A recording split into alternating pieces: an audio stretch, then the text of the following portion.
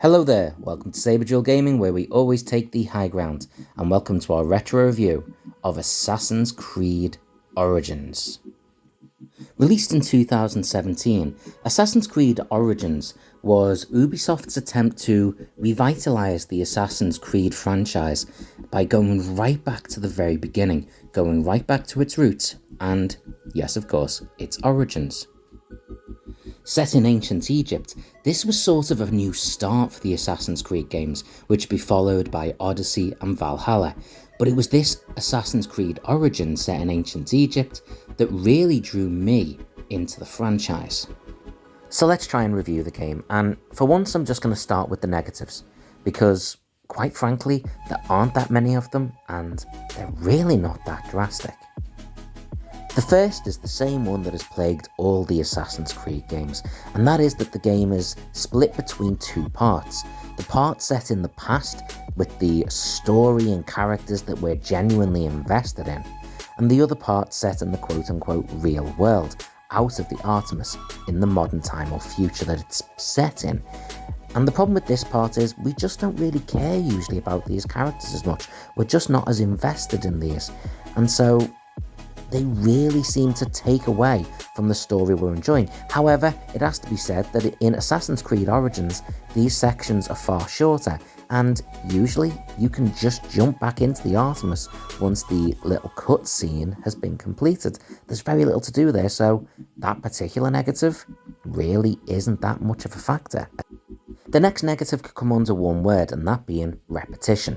Whether I'm talking about repetition in that the game plays similar tropes to the previous Assassin's Creed games, or the repetition within the game itself. However, I'm going to nullify the first one because, quite frankly, I've never played the other Assassin's Creed games to any detail, and I don't really see why this game as a standalone should be punished because of stuff that happened in other games. However, the repetition within this game itself is there, especially once you move away from the main story mission. Most of the side quests do revolve around go find this group of people and kill this person. However, this again doesn't really bother me that much. No one seems to complain about repetition in games like FIFA or WWE 2K series. No one talks about repetition in Mario where you just run and jump. So why would repetition in this, especially in side quests, be that much of a big deal? The only one of the negatives that really truly bothered me was the controls and gameplay during the scene set on longboats, where we're competing against other boats trying to move these massive ships around whilst firing. The reason you're not currently seeing footage of that is because, quite frankly, I didn't want to do it again. I wasn't going to do it again just for this video. Those bits were painful. But they were rare, they were few and far between. So again, really, no big deal. So now, let's talk about the positives, and by God, there are so many. Let's start with the visuals. This game is stunning. It is beautiful. And I'm not just talking about graphics. The graphics are fantastic. I really don't see how you can make them much better. But that's not what I'm talking about. I'm talking about the detail. This is truly like exploring ancient Egypt. I found myself spending time just looking around the temples, looking around the pyramids, the Sphinx. The art of this game, it's beautiful and breathtaking. I keep saying the word beautiful, but it's the only word that makes sense.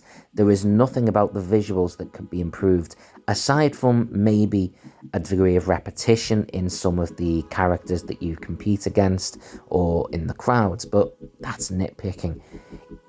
The audio is equally as good, with the music absolutely perfect, fitting the visuals at all times. The voice acting, again, very, very good. And there's nothing about what you see or hear that really takes you out of the game. Everything works perfectly. So there's nothing negative to say on this. I'm not really going to go into too much detail on the story of this game. What I would say is that it's big, complex, but also manages to be quite small and personal. It's hard to say without giving spoilers. What I would say is this would be an amazing story if it was being told through a movie or TV show. So for a computer game, top class, no problems there. Which brings us finally to the gameplay. Now, what I would say, if you've played other Assassin's Creed games before, especially the more recent ones, and you didn't like the gameplay, that style of game was not for you, then obviously this game isn't going to be for you either. There's a lot of free roaming, open world play, but the game makes it pretty easy to focus on the stuff you're meant to, whilst also being able to venture out into side quests, exploring, hunting, and all that other great stuff whenever you want to. Again, as said, the flash, I suppose, forwards into the real world do limit the fun somewhat, but they're few and far between. The rest of the time, you are enjoying the story, you are enjoying the gameplay. There isn't as much assassination as you would maybe want.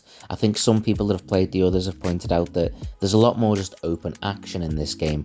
However, for me, I found it to be fun to play, exciting. There was a lot of new stuff going on, and even the sort of character development options, they're clear, easy to understand.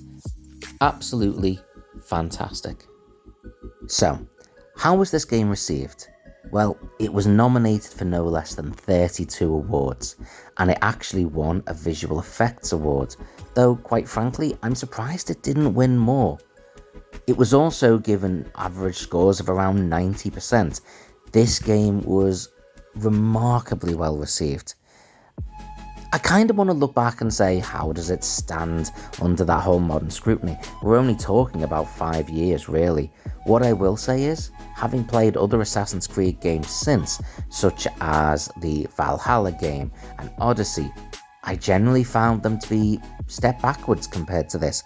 They don't compare. Now, granted, I will acknowledge my love for ancient Egyptian themes maybe has a part in that, but it has to at least stand up to all of the other games that have come since. It doesn't feel like they've really moved on and expanded it since then. This game had everything you could want in those too, so it stands up perfectly. I do understand, this has probably been the most one-sided review I've ever made, but I stand by everything I've said. I genuinely think this is one of the greatest games I've ever played, and I've been playing games since the late 80s, early 90s. Modern games often leave me feeling a little bit empty. The graphics can be beautiful, the scenery fantastic, and yet they just feel a little hollow. They feel shallow. But this game, I can really feel that it's been made with love. It feels like everyone involved cared so much, as if this was the last game they were ever going to make. It's got so much to it, and I can't recommend it enough. Unsurprisingly, I have no hesitation in giving this the highest score I've given yet, and this game gets 9.5 out of 10. If you prefer a different Assassin's Creed game, maybe based on the time it's set, let me know, I'd love to hear. And feel free to subscribe here on YouTube, TikTok, and Instagram.